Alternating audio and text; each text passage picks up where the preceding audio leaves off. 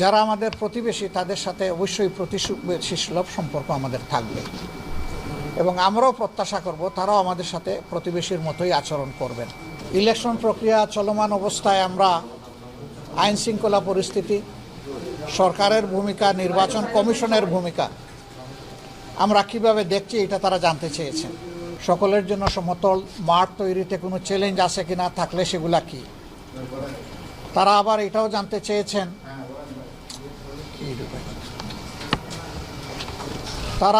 চেয়েছেন, যে আমাদের কোনো স্পেসিফিক এরিয়া অফ কনসার্ন আছে কিনা। আমরা বলেছি অবশ্যই আছে, কিন্তু সেইটা আগেই আমরা আপনাদেরকে জানাতে পারছি না।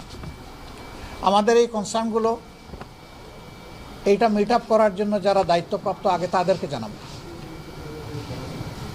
প্রধানত নির্বাচন কমিশন, এবং নির্বাচন কমিশনকে অর্থবহ